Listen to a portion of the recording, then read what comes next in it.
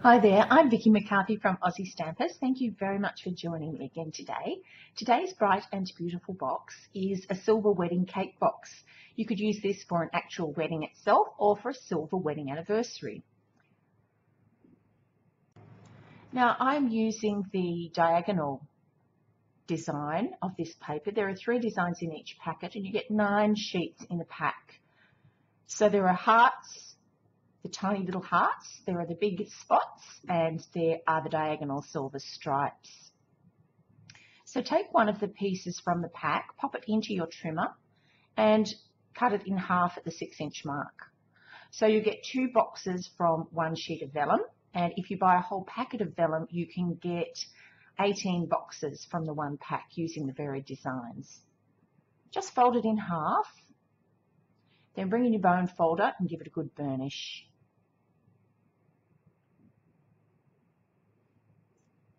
Now you're going to take your ruler, measuring up to the 3-inch mark, and using the scoring tool from your scoring board, you're just going to make a little mark at 3 inches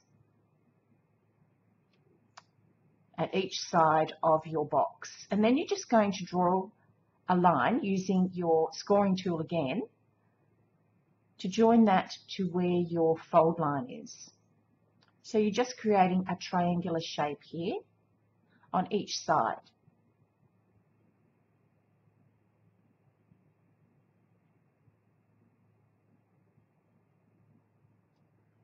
And then all you need to do now is to fold those lines along the score line. Just take a bit of time with this so that you get the lines nice and straight. The paper's quite slippery, but it's gorgeous paper and it's worth that extra effort just to get it looking really crisp. So you're going to do that along each of the sides and bring in your bone folder each time just to give the lines a good burnish.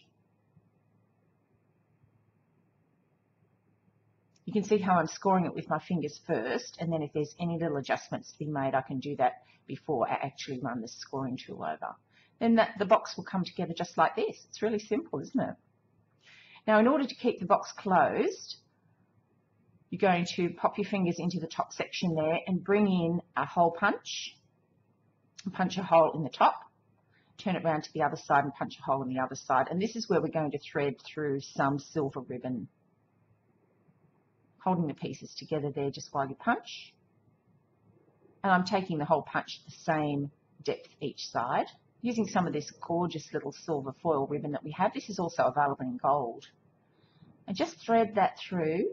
So you could make this project in either silver or gold, because there is a pack of gold vellum or a pack of silver vellum and a pack of gold ribbon, or a reel of gold ribbon and a reel of silver ribbon. So you could use this as a silver project or as a gold one. Just tie that into a bow.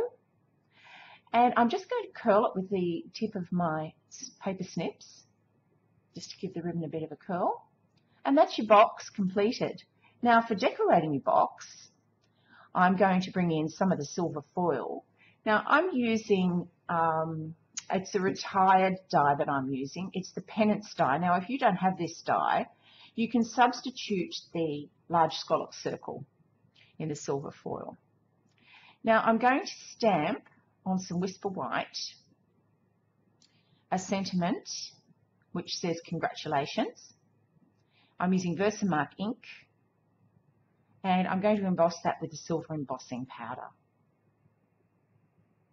And you will need tweezers here because it's a tiny piece of paper to be holding on to, and you don't want to burn your fingers when you're using the heat tool, so tweezers are really key to use unless you're stamping this on a very large piece of paper. Clean up all that embossing powder, bring in your heat tool. You can see the magic as the embossing powder starts to go really glossy. This silver embossing powder is really lovely. You can see the shine on that. Now, I don't have the framelits. They are on my wish list, and I think they're coming in my next order. So I'm just using my snips to cut this out. It's much easier if you have the coordinating framelits. Now I'm using some silver glimmer paper here, cutting that out with the circle punch that coordinates with the scallop size. And I'm going to bring in my silver ribbon again, and I'm going to thread that through once I've put a dimensional on the circular part here. I'm using all my scraps because I don't ever like to throw those away. I use all the scraps in my dimensionals. I'm going to thread this through. If you were using the scallop circle here, you could just attach this with some adhesive rather than threading it through. And just tie that in a knot. Just wrangle it a little bit. This ribbon has some very fine wire in it, so it's really easy to shape this ribbon. Once you've tied it in a bow, it will stay in shape. You can see me shaping it there now. Just pulling it down to the base. I started off tying it in the middle, and then once you've tied your ribbon, you can pull it down a little bit. A dimensional, and this is where our sentiment is going to go across the top. Now I'm just adhering it with a dimensional to begin with. I'll go back and add some more adhesive in a moment. First of all, I'm going to trim off that bow. And now bring in your glue dots. And I'm using quite a few on the back of this. It's a reasonably heavy element on very light cardstock. So let's see, I've got 4 glue dots on the back, and then I'm going to put a glue dot just under each tail end of that Betty banner. And then just pop that onto your bag. Very simple and very effective.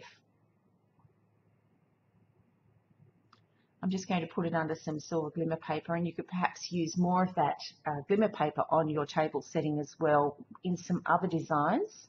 Punch out some other designs and use that scattered on the table, or use it for table confetti, which would be also wonderful for a wedding. So it's nice and simple, easy to put together. I hope you enjoyed today's project. Please remember to comment at the end of this video if you enjoyed what you saw today, and press that like button. It really helps me out, guys. Thanks a lot. I'll see you again next time. Bye for now.